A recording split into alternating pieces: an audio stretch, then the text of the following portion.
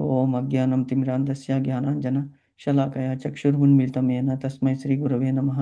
శ్రీచైతన్యమనోభీష్టం స్థాపితం येन భూతలే స్వయం రూపకదా మह्यं దదాతి స్వపదాంతికం. వందేహం శ్రీగురో శ్రీయుతపదకమలం శ్రీగురూన్ వైష్ణవాంచ చ శ్రీరూపం సాగ్రజాతం సహగణ రఘునాథాన్వితం తం సజీవం సాద్వైతం సావధూతం పరిజనసహితం కృష్ణచైతన్యదేవం శ్రీరాధాకృష్ణపాదాన్ సహగణ లలితా శ్రీవిశాఖాన్వితాంశ నమో ఓం విష్ణుపాదాయ కృష్ణప్రేష్ఠాయ భూతలే శ్రీమతే భక్తివేదాంతస్వామినీతి నామినే నమస్తే సరస్వతీదేవి గౌరవాణి ప్రచారిణి నిర్విశేష శూన్యవాది పాశ్చాత్య దేశతారిణి వాంఛాకల్పతరుభ్యశ్చ కృపా సింధుభ్య ఏవ చ పతితానాం పావనేభ్యో వైష్ణవేభ్యో నమో నమః. నమో మహావదాన్యాయ కృష్ణ ప్రేమ ప్రదాయతే కృష్ణాయ కృష్ణ చైతన్య నామ్నే గౌరత్విషే నమః. హే కృష్ణ కరుణా సింధో దీనబంధో జగత్పతే గోపేశ గోపికా కాంత రాధాకాంత నమోస్తుతే. తప్త కాంచన గౌరాంగి రాధే వృందావనేశ్వరి వృషభానుసుతే దేవి ప్రణమామి హరిప్రియ నీలాంచల నివాసాయ నిత్యాయ పరమాత్మనే బలభద్ర సుభద్రాయ జగన్నాథాయ తే నమః. జై శ్రీ కృష్ణ చైతన్య ప్రభు నిత్యానంద శ్రీ అద్వైత గదాధర్ శ్రీ వాషాది గౌర భక్త వృంద్. హరే కృష్ణ కృష్ణ కృష్ణ హరే హరే హరే రామ రామ రామ హరే హరే హరే కృష్ణ కృష్ణ కృష్ణ హరే హరే హరే రామ రామ రామ హరే హరే హరే కృష్ణ కృష్ణ కృష్ణ హరే హరే హరే రామ రామ రామ హరే హరే. ఏకం శాస్త్రం దేవకీ పుత్ర గీతం ఏకో దేవో దేవకీ పుత్ర ఏవ చ ఏకో మంత్రస్య తస్య నామాని యాని కర్మస్యేకం తస్య దేవస్య సేవ. హరే కృష్ణ కృష్ణ కృష్ణ హరే హరే హరే రామ రామ రామ హరే హరే. హరే కృష్ణ మాతాజీ. కృష్ణ ప్రభుజీ. హరే కృష్ణ ఉత్తమాంగి మాతాజీ, దండవత్ ప్రణామ్స్. బాగున్నారా మాతాజీ?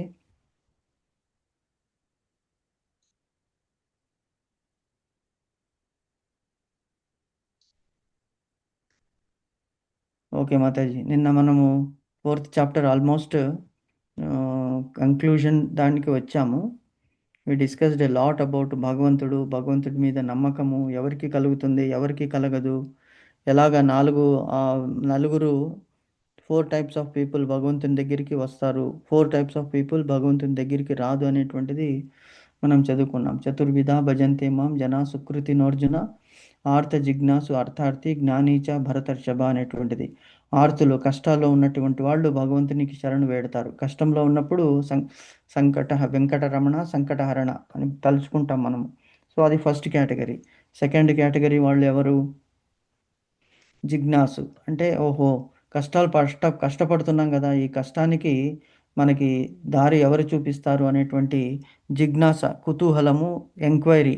ఓ దేవుడు అనేటువంటి డైరెక్షన్ ఎవరో ఇస్తారు వాళ్ళకి.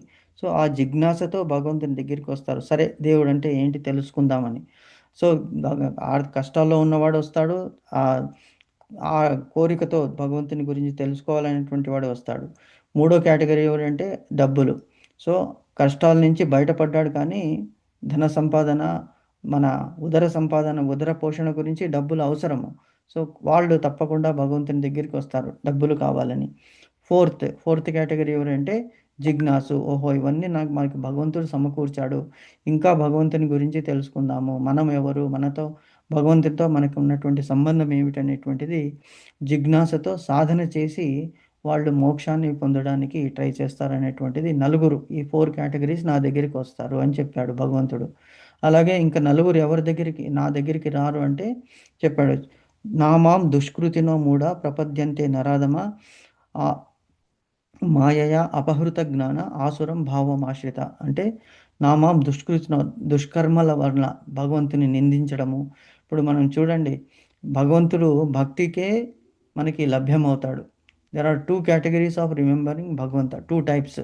భగవంతుని మనము ప్రేమతోనూ ధ్యానించవచ్చు, ద్వేషముతోనూ గుర్తు చేసుకోవచ్చు.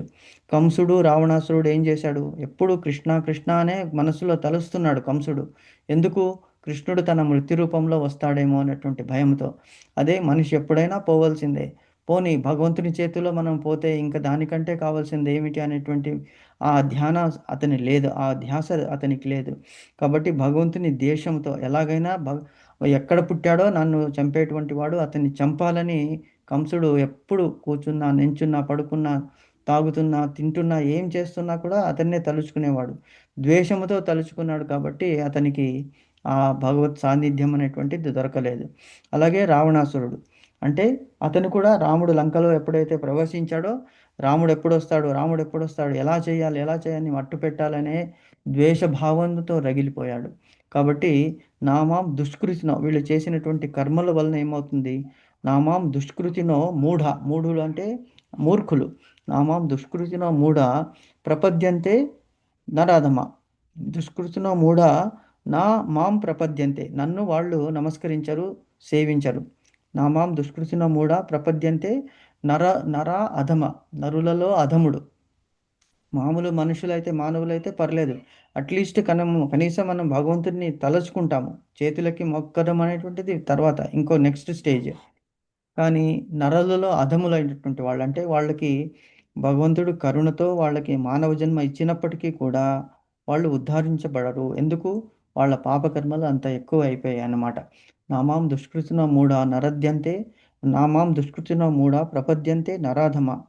మాయయ అపహృత జ్ఞాన, మాయ చేత వాళ్ళ జ్ఞానం అపహరించబడుతుంది. ఆసురం భావమాశ్రిత, అసురుల వంటి ఆ భావాలతో వాళ్ళు ఎప్పుడైతే ప్రవర్తిస్తారో అటువంటి వాళ్ళు నా దగ్గరికి రారు అనేటువంటిది చెప్పుకున్నాము. సో తర్వాత ఈ కృష్ణ భావనామృతంలో మనము ఏం చెప్పుకున్నాము నిన్న అంటే, భగవంతుని బోధనలు విన్నటువంటి వాడు కూడా అతని సత్ చిత్ జ్ఞానస్వరూపునిగా భగవంతుని నిజతత్వమును గ్రహించలేని వాడు నిశ్చయముగా మూర్ఖాగ్రేసరుడు అని అనుకున్నాం. భగవంతుని తత్వాన్ని గ్రహించలేడు. ఎందుకు? వాడు తన పట్టిన కుందేలకి మూడే కాళ్ళు అంటాడు. సో అతన్ని మనం కన్విన్స్ చేయలేము. అట్టి అజ్ఞానం ఏమవుతుంది? కృష్ణ చైతన్యం అనేటువంటిది ఈ వెలుగు, అజ్ఞానం తిమిరాంధస్య జ్ఞానాంజన శలాకాయ అని చదువుతాం మనం. సో జ్ఞానం అనేటువంటి కళ్ళని భగవంతుడు ప్రసాదిస్తాడు తన దివ్య జ్యోతితో. ఆ దానివల్లనే మనం భగవంతుని చూడగలము. అది ఎలా చూడగలము అంటే, భగవద్గీత గురు ఉపదేశం ద్వారా, గురు కరుణ ద్వారానే మనకి లభిస్తుంది. అయినప్పటికీ కూడా మనం చూస్తుంటాం, చాలామందిని మనం ఇన్వైట్ చేస్తాము, రండి భగవద్గీత ప్రవచనం జరుగుతున్నది, భాగవతం ప్రవచనం జరుగుతున్నది, కనీసం వినడానికి రండి అంటే కూడా వాళ్ళు రారు. ఎందుకు అంటే మూర్ఖులు అన్నమాట. వాళ్ళకి అటువంటి అవకాశము, అదృష్టము లేదు. కాబట్టి ఏమవుతుంది, వాళ్ళు అటువంటి సంధానంలో, అటువంటి అసోసియేషన్కి రారు. ఒకవేళ కనుక వాళ్ళు వస్తే వాళ్ళ అజ్ఞానము తొలగిపోతుంది అన్నమాట. ఇప్పుడు మనం అడుగుతాం ఎన్నోసార్లు క్వశ్చన్స్. ఇప్పుడు మనం ఎగ్జామినేషన్ ఉందనుకోండి, ఎగ్జామినేషన్లో క్వశ్చన్ పేపర్ ఇస్తాడు మనకి. Class test, quarterly, half yearly tough questions ఇస్తాడు మనకి అధ్యాపకుడు, టీచర్. అప్పుడు మనం టీచర్ని తిట్టుకుంటాం, అరే ఈజీగా ఇవ్వచ్చు కదా, ఇంత టఫ్ క్వశ్చన్స్ ఎలాగ ఇచ్చాడు అంటాం. సో చాలామంది మామూలుగా ఆన్సర్ చేయడానికి ట్రై చేస్తారు, కానీ కొంతమంది ఏం చేస్తారు, తిట్టుకుంటారు, తిట్టుకుని అది అసలు వదిలేసి వెళ్ళిపోతారు. అలాగే ఈ కృష్ణ భావనామృతంలో కూడా ఇన్ని కష్టాలు ఉన్నాయని, ఇన్ని రూల్స్ ఉన్నాయని వదిలిపెట్టి వెళ్ళిపోతాడు. కానీ చదువుకోవాలి అనేటువంటి జిజ్ఞాస కలవాడు ఏం చేస్తాడు, గురువుగారిని అడుగుతాడు, గురువుగారు నాకు ఇది అర్థం కాలేదు, ఎక్స్ప్లెయిన్ చేయండి అని. అప్పుడు ఎక్స్ప్లెయిన్ చేస్తాడు. ఎక్స్ప్లెయిన్ చేసిన దాన్ని మనము మళ్ళీ దాన్ని ఆచరించాలి. ఆచరించినప్పుడు మనము ఎగ్జామ్లో బాగా రాయగలం అన్నమాట. సో భగవంతుడు కూడా మనకి ఎందుకు ఇటువంటి అజ్ఞానం ఇచ్చాడంటే, ట్రై చేయండి, ట్రై చేయండి, you have to try to come out of your అజ్ఞానం. అప్పుడే అంటే మనం ఒక సీతాకోక చిలుక ఎగ్జాంపుల్ చెప్పుకున్నాం ఇంతకుముందు. సీతాకోక చిలుకకి ఎలాగుంటుంది, తను గొంగళి పురుగు అయినప్పుడు తన చుట్టూ కప్పేసుకుంటుంది అది. ఆ కప్పేసుకోవడం దానికి రక్షణ అనమాట. కానీ ఆ రక్షణ నుంచి బయటపడాలంటే స్ట్రగుల్ అవ్వాలి. ఎందుకు? ఫస్ట్ రక్షణ ఇచ్చాడు, రక్షణ నుంచి బయటపడాలంటే కూడా తన రెక్కల వలన, ఆ రెక్కలకి బలము రావాలి అంటే ఆ గొంగళి పురుగు తన ఆ తన చుట్టూ ఉన్నటువంటి వలయాన్ని ఛేదించుకొని బయటికి రావాలి. వచ్చినప్పుడు తను ఎగరగలదనమాట. అలాగే భగవంతుడు కూడా అంటాడు, ట్రై చేయి, నువ్వు ఎందుకు అజ్ఞానం ఉన్నది, నీకు అన్ని అసోసియేషన్స్, ఫెసిలిటీస్ నేను ఇస్తున్నాను. అది ఎందుకు అంటే, నువ్వు అటువంటి మంచి సాన్నిహిత్యంలో, అసోసియేషన్లో వల్ల నువ్వు ఇంప్రూవ్ అవుతావు అని భగవంతుడు అంటాడు. నీకు నా మార్గానికి రావాలంటే తప్పనిసరిగా కష్టపడాలి అని చెప్తాడు. సో అటువంటి అజ్ఞానం తొలగిపోతుంది అసోసియేషన్ ద్వారా, డివోటీస్ అసోసియేషన్ ద్వారా, సాంగత్యం ద్వారా. కాబట్టి అది చెప్పాడు. తర్వాత వివిధ రకాల దేవతల కొరకు చేయబడినటువంటి యజ్ఞాలు చెప్పాము. యజ్ఞాలు ఏమిటి? బ్రహ్మయజ్ఞము, ఋషి యజ్ఞము, తర్వాత తపోయజ్ఞము, తర్వాత పితృయజ్ఞము, జీవయజ్ఞం, భూతయజ్ఞం అనేవన్నీ కూడా మనము డిస్కస్ చేశాం. అవన్నీ కూడా మనం చేస్తున్నాం. వేదాధ్యయనము ద్వారా, భౌతిక సంపదల త్యాగము ద్వారా, వర్ణాశ్రమ ధర్మాలను అనుసరించడం ద్వారా కృష్ణ చైతన్యము జాగృతం అవుతుంది. సో అప్పుడు మనము ఇవన్నీ మన కర్మలపైనే ఆధారపడి ఉంటుంది. కర్మలు అంటే రెండు అని చెప్పుకున్నాం. ఒకటి భౌతిక కర్మ, ఒకటి ఆధ్యాత్మిక కర్మ. భౌతిక కర్మలు అందరూ చేస్తారు. ఆధ్యాత్మిక కర్మలు, భౌతిక కర్మలను కూడా ఆధ్యాత్మికం వైపు మనం తిప్పాము అంటే, అంటే నాహంకర్త హరికర్త, అదే జ్ఞానముతో మనం చేసేటువంటి కర్మలని సన్యాసముతో, త్యాగముతో చేస్తే అది భగవంతునికి అర్పించిన వాళ్ళం అవుతాము. అలా చేయకుండా ఏం చేస్తున్నాడు? అనుభూతి అనేటువంటిది ఉంది. ఈ కర్మలన్నిటిని కూడా ఆత్మ అనుభూతి, భగవంతుతో సంబంధం ఉంది కాబట్టి భగవంతునికి అర్పణం చేయాలి అనేటువంటిది ఇక్కడ ఇంపార్టెంట్ పాయింట్ అని చెప్పాడు భగవంతుడు. తర్వాత హరే ఈ కృష్ణ లక్ష్య ప్రభుజీ. సాధనను, హరే కృష్ణ. ప్రభుజీ శ్లోకం చెప్పలేదు. శ్లోకం అన్న చెప్పేశాం మాతాజీ. అచ్చా, ఆ శ్లోకం ప్రభుజీ చెప్పలేదా? అంటే నోటి కరెక్ట్ కరెక్ట్, 13th శ్లోకం. Okay okay okay Mataji. చెప్పండి మాతాజీ, మర్చిపోయాను నేను, బాగా గుర్తు అంటే చేశాను. నేను 12th కూడా చెప్పలేదు ప్రభుజీ, చెప్పేస్తాను. సరే మాతాజీ. తస్య సంజనయనం హర్షం కురు వృద్ధః పితామహः సింహనాదం వినోద్యోచ్చేః శంఖం తద్మో ప్రతాపవాన్ వెరీ గుడ్ తతః మాతాజీ. శంఖాస్య భేరస్య పనవానక గోముఖాః సహస సహైష హన్యంత సశబ్దస్తు ములోऽభవత్. వెరీ గుడ్, నైస్ మాతాజీ, very nice. Okay, next Annu మాతాజీ. తతః శ్వేతై ప్రభుజీ వాళ్ళు 14th. 14th. ఓకే, నిన్న మేము 12th వరకే చెప్పుకున్నాం, 13th ఇవాళ అనుకున్నాము. సరే చెప్పండి మాతాజీ. 13th చదివేశాం ప్రభుజీ. చదివామా?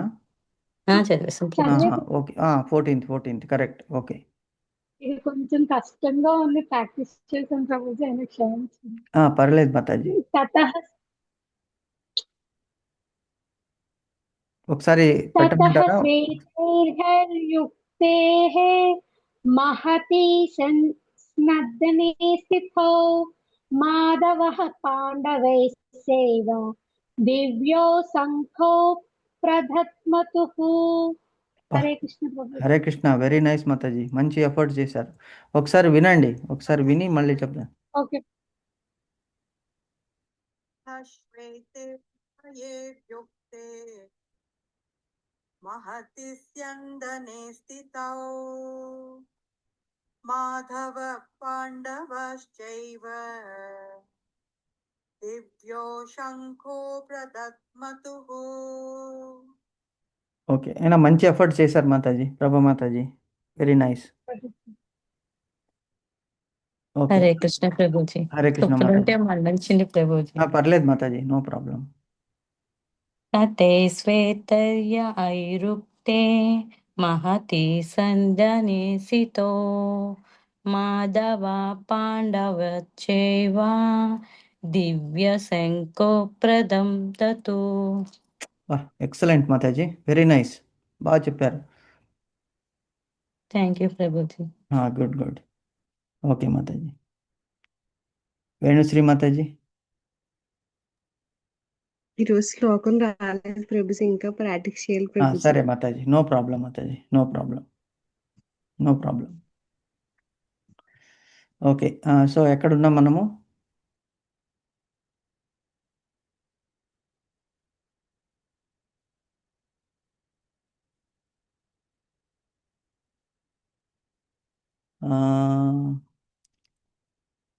రెండు రకాల కర్మలు అన్నాము. అదే భౌతిక కర్మ, తర్వాత ఆధ్యాత్మిక కర్మ.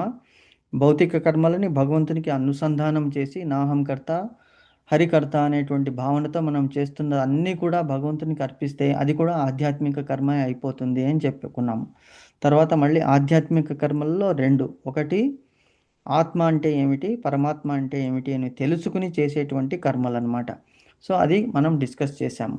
తర్వాత భూత యజ్ఞము, ఇవన్నీ యజ్ఞాలు కూడా మనం డిస్కస్ చేశాము. తర్వాత ఇంకేం చేశాము, ఈ కర్మలన్నిటిలోకి ఆత్మానుభూతి ప్రధానం, అంటే అనుభవం, మనం హౌ వీఆర్ ఫీలింగ్. ఇప్పుడు మనము జపం చేస్తున్నాం అనుకోండి, అది నేను అనుకుంటాను అందరూ అట్లీస్ట్ కనీసం ఒక్క మాల అయినా జపం చేస్తున్నారని భావిస్తున్నాను. మీరందరూ కూడా కనీసము ఒక్క మాల భగవంతుని హరే కృష్ణ హరే కృష్ణ కృష్ణ కృష్ణ హరే హరే, హరే రామ రామ రామ హరే హరే అనేటువంటిది వీలైతే 16 మాలలు ట్రై చేయండి. 1 నుంచి 2, 2 నుంచి 3, అలాగా 4, కనీసం it will take 15 to 20 minutes. ఒక 4 మాలం జపాలు చేయాలంటే 5 minutes to 7 minutes అవుతుంది.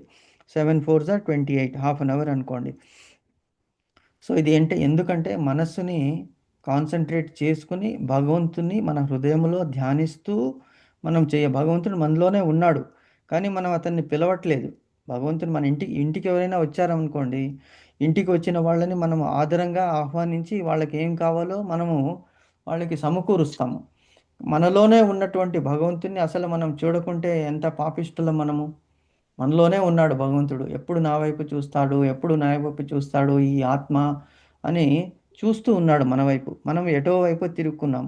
కాబట్టి అట్లీస్ట్ ఈ జపములో ఏమంటే, నాలో ఉన్నటువంటి ఓ భగవంతుడా నిన్ను, అంటే ఈ హరే కృష్ణ మహామంత్రానికి ఏమిటి అంటే it is like a child's cry అన్నారు ప్రభుపాదుల వారు.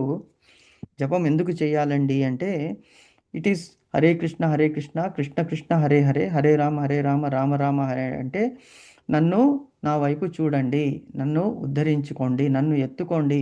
Just like a child asking her mother to lift her, అంటే ఒక పాప తన తల్లితో మొరపెట్టుకుంటుంది, నన్ను ఎత్తుకో నన్ను ఎత్తుకో, అమ్మ అమ్మ అమ్మ అంటుంది అంతే.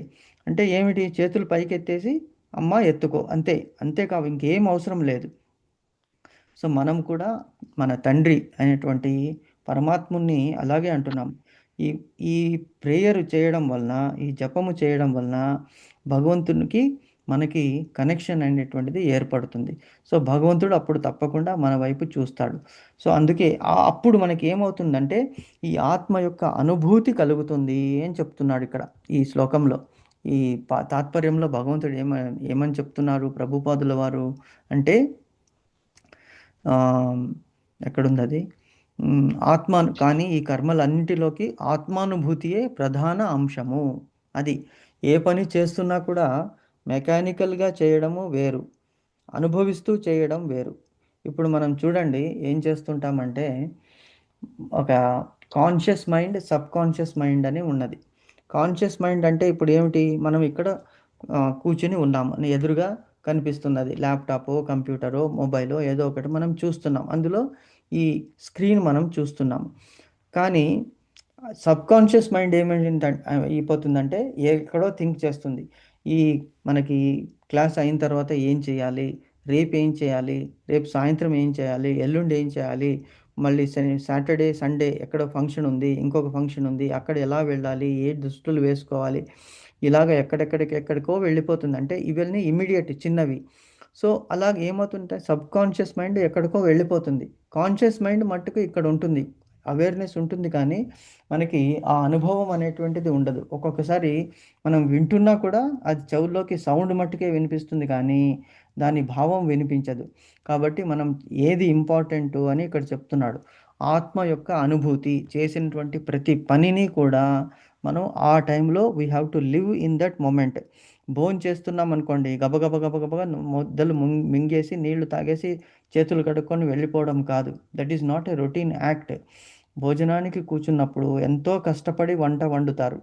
వంట వండిన దాన్ని మనము దేని గురించి, అహం వైశ్వానరో భూత్వా ప్రాణినాం దేహమాశ్రిత ప్రాణాపాన సమాయుక్త పచామ్యన్నం చతుర్విధం. లోపల అగ్ని రూపంలో ఉన్నటువంటి వైశ్వానరుడు భగవంతుడు ఉన్నాడు. ఆ ఆహారం అనేటువంటిది మనం తీసుకోవడం కూడా ఒక యజ్ఞమే, దేహాన్ని రక్షించడానికి చేస్తున్నటువంటి యజ్ఞము. కాబట్టి అనుభవిస్తూ తినాలి, అంటే నిదానంగా మనము దాన్ని సేవించాలి. ఈవెన్ మనకి నీళ్లలో కూడా పవర్ ఉంటుంది.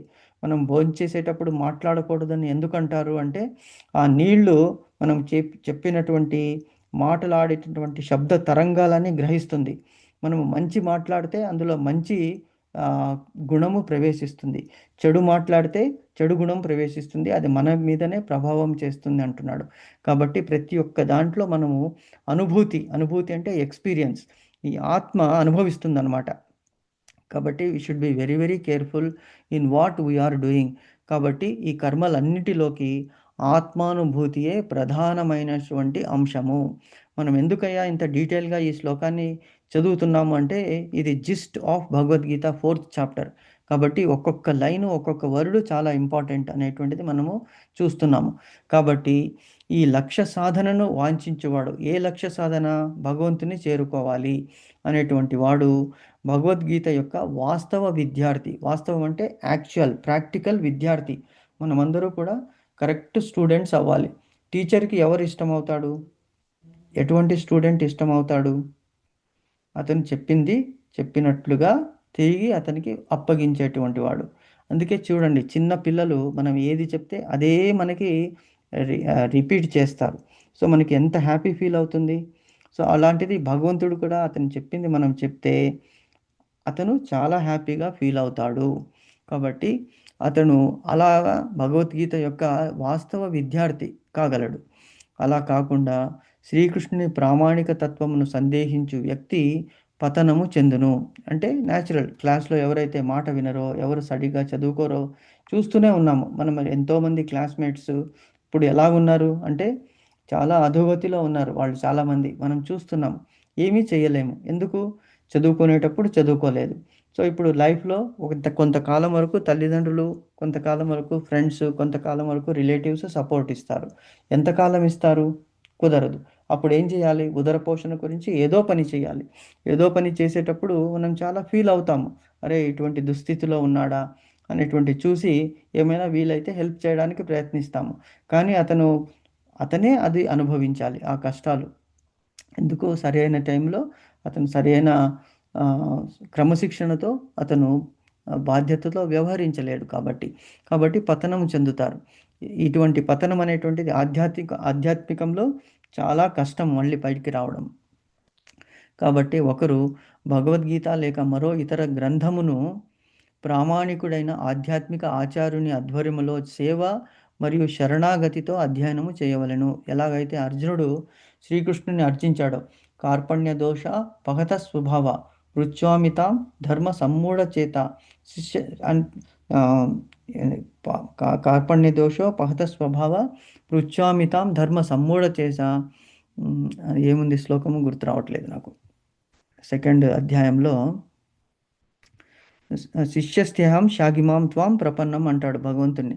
అంటే నన్ను శిష్యుని చేసుకోవయ్యా, శిష్యుని చేసుకుని నాకు ఇది బోధించు అని భగవంతుని అడుగుతున్నాడు. 2nd చాప్టర్లో 7th శ్లోకం అన్నమాట. అది ఏమంటున్నాడు? కార్పణ్య దోషం అంటే కృపణుడు ఎలాగుంటాడు?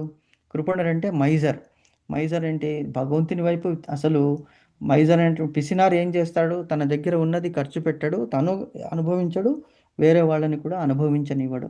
అలాంటిదే మనం చేస్తున్నాము. సో కార్పణ్య దోష పహత స్వభావ పృచ్ఛామితాం, నిన్ను అడుగుతున్నాను.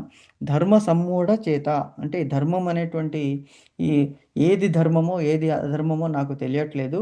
కాబట్టి నా బుద్ధి భ్రమించింది. కాబట్టి యశ్చేయస్ అంటే ఈ శ్రేయస్సు, యశ్చేయస్యాన్ నిశ్చితం, కరెక్ట్గా ఉన్నది చెప్పు కృష్ణ. బ్రూహి తన్మే, నిన్నే ప్రశ్నిస్తున్నాను, నిన్నే అడుగుతున్నాను. నన్ను శిష్యునిగా చేర్చుకో. శిష్యస్తేహం షాధిమాం త్వాం ప్రపన్నం, నిన్ను చేతులు జోడించి అడుగుతున్నానయ్యా, నీకు శరణాగతినయ్యాను. అటువంటి శరణాగతి కావాలి మనకి.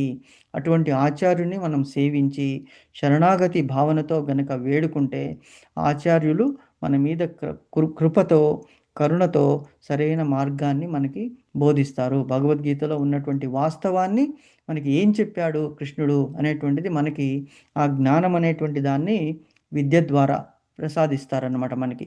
కాబట్టి ఒకరు భగవద్గీత లేక మరో ఇతర ధార్మిక గ్రంథమును ప్రామాణికుడైన ఆధ్యాత్మునికి ఆచార్యమైన ఆధ్వర్యములో సేవ మరియు శరణాగతితో చేయవలెను అధ్యయనము అని చెప్పబడింది. కాబట్టి అనాదిగా అవిచ్ఛిన్నముగా కొనసాగుతూ వస్తున్నటువంటి గురు శిష్య పరంపరలో ప్రామాణిక ఆధ్యాత్మికాచార్యుడు వచ్చును. ఎయిదర్ మన లక్ ఉంటే మనము మన దగ్గరికే గురువు వెతుక్కుంటూ వస్తారు. ఎక్కడున్నాడయ్యా మా శిష్యుడు, ఆయనకి చెప్పాలి. ఎందుకు? భగవంతుని ఆదేశము, గురువు కూడా ఆదేశము. మంచి శిష్యుడిని నువ్వు వెతుక్కుంటూ వెళ్ళాలి, నీ కర్తవ్యం అది. అలాగే శిష్యుని కూడా ఒక్కొక్కసారి గురువు దగ్గరికి పంపించేటువంటి అరేంజ్మెంట్ భగవంతుడు చేస్తాడనమాట. కాబట్టి అలాగవుతుంది, కనెక్షన్ అలా జరుగుతుంది. కాబట్టి కోట్లాది సంవత్సరాలకు పూర్వము సూర్యదేవునికి భగవంతుడు ఉపదేశించాడు. ఫస్ట్ శ్లోకము ఏమిటి? భగవంతుడికి సూర్యదేవుడు భగవంతుని శిష్యుడయ్యాడనమాట. సో అలాగే తన శిష్య పరంపర కొనసాగుతూ వచ్చిందని ఫస్ట్ శ్లోకంలో మనం చెప్పుకున్నాము. తర్వాత అతని ద్వారా ఏమైంది? ఈ భూమిపై భగవంతుని ఉపదేశాల నుండి అట్టి ఆచార్యుడు ఏమాత్రము వైదొలగడు. అలాగే శిష్య పరంపర, గురు శిష్య పరంపర కొనసాగుతూనే ఉంది. కాబట్టి అలాగే ఇప్పుడు ప్రభుపాదుల వారు వచ్చారు. ఆయన గురువు ఎవరు? సరస్వతి, భక్తి వేదాంత సరస్వతి స్వామి. అలాగే ప్రభుపాదుల నుంచి ఇప్పుడు జయపతాక్ మహారాజ్, అలా నుంచే చాలామంది వచ్చేసారనమాట. సో అలాగ జరుగుతూనే ఉంది. ప్రపంచమంతా కూడా భగవద్గీత అనేటువంటిది అన్ని లాంగ్వేజెస్లో కూడా ట్రాన్స్లేట్ చేయబడింది. మానవాళి ఉద్దేశం గురించి, మానవాళి పురోభివృద్ధి గురించి ఈ భగవద్గీత అనేటువంటిది ఉన్నది. అందరూ ఉద్ధరింపబడాలనేటువంటిది భగవంతుని కోరిక. కాబట్టి ప్రతి ఒక్కరూ భగవద్గీత మార్గమును గీతలో తెలపబడినట్లుగా అనుసరిస్తూ ఇతరులను ప్రామాణిక మార్గము నుండి మరలించునట్టి స్వార్థపరుల విషయంలో జాగ్రత్త వహించవలెను. అంటే ఈ మాయాదేవి నుంచి మనం దూరంగా ఉండాలి. ఎవరైతే మనల్ని డిస్కరేజ్ చేస్తారో, వద్దులే భగవద్గీత ఏం చదువుతారు, భాగవతం అందులో ఆచరించడం కష్టమని ఒక్కొక్కసారి టెంప్ట్ అయిపోతుంటాం మనము. కానీ అటు నుంచి దూరంగా ఉండాలి. ఎందుకు? ఒక మొక్కని సంరక్షించాలి అంటే, మొక్క వృక్షములాగా పెరగాలంటే ఏం చేయాలి? దాని చుట్టూ ఫెన్సింగ్ వేస్తారు. అటువంటి ఫెన్సింగ్ మనం తయారు చేసుకోవాలి. ఈ నీరు పోసేది అనేటువంటిది మనకి రోజు లభిస్తున్నటువంటి జ్ఞానము. అప్పుడే మనకి ఈ జ్ఞాన వృక్షం అనేటువంటిది పెరుగుతుంది అని చెప్పారనమాట. కాబట్టి నిస్సందేహముగా